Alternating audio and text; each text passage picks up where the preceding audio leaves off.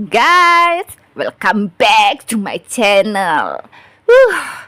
Guys, hari ini aku mau bawain cerita yang seram. Bagi yang takut, skip, oke? Kita simak ya.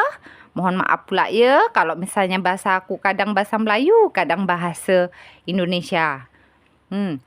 Tergantung lidah nih ya. Ngomong terseleo-seleo sampai anakku nih. Cerita nih aku dapat dari seseorang. Sebut saja namanya Feby. Dia dan keluarganya memutuskan untuk pindah ke desa asal ibunya karena sesuatu hal. Setelah sampai di desa, dia dan keluarganya langsung menuju ke kediaman almarhum neneknya. Sebuah rumah tua yang nampak tidak terurus.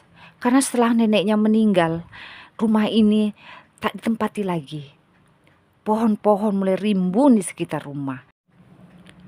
Karena Feby terbiasa hidup di kota, maka terasa sangat seram sekali baginya.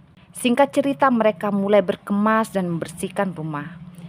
Tapi rasanya sangat aneh sekali. Di sekitar rumah tak ada namanya tanaman bunga. Tiba-tiba Feby mencium bau wangi yang menyengat. Feby tanya ke ayah dan ibunya, tapi mereka tidak mencium bau apapun. Dan Feby pun tak memperpanjang masalah ini lagi. Dia pikir positif saja, mungkin bau parfum yang dipakai. Sampai menjelang maghrib, tiba-tiba dia mencium bau itu lagi. Dan dia ngerasa agak takut. Setelah makan malam, Feby pun masuk ke kamarnya. Dia merasa lelah dan ingin beristirahat awal. Singkat cerita, tidurlah si Feby ini. Tapi menjelang tengah malam, dia terbangun merasa ada seseorang dalam kamarnya. Dia lihat di sekeliling kamar, tapi tak ada siapapun. Saking takutnya, dia langsung tidur dan menutup badannya dengan selimut. Kejadian ini berulang sampai 3 hari. Akhirnya Feby pun bercerita pada orang tuanya dan bilang kalau dia takut dan tak mau lagi tinggal di sini. Tapi orang tuanya menenangkan dan meyakinkan Feby kalau itu cuma perasaan Feby saja.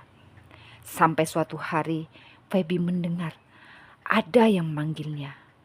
Dia cari dari mana sumber suara itu. Rupanya dari sumur belakang rumah.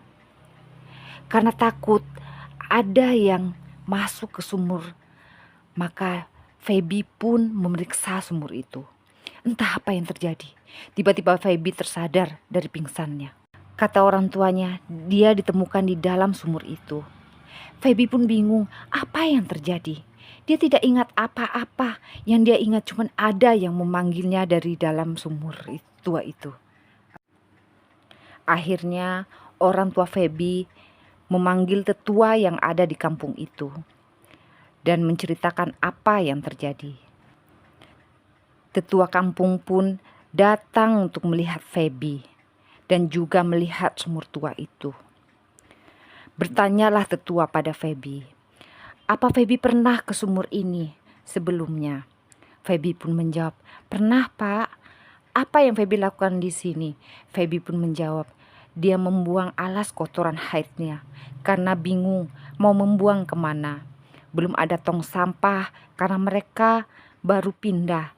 Seperti yang kita tahu, makhluk halus itu suka sekali dengan namanya kotoran, apalagi darah. Kita bersih-bersih ya, yang sembarangan buang kotorannya ya. Akhirnya tetua desa menjelaskan kalau sumur tua itu angker dan ada penunggunya. Maka sumur itu tak pernah digunakan warga. Karena dulu ada seorang wanita yang bundir di sumur itu. Akhirnya tetua desa dan beberapa orang lainnya mengadakan ritual dan memanjatkan doa untuk arwah penunggu sumur tua itu. Saat itu bau busuk pun tercium sangat menyengat. Setelah selesai, mereka bersama warga setempat mengubur sumur tua itu. Dengan harapan makhluk yang ada di dalam sumur tua itu pergi. Pesan buat kita semua ya, jangan sekali-kali membuang darah kotoran kita sembarangan. Setidaknya kita harus basuh dulu bersih-bersih. Sampai bersih, sampai tak ada darahnya lagi. Oke guys, jadi sekian cerita buat hari ini ya. Sampai jumpa di video selanjutnya. See you next time. Bye-bye.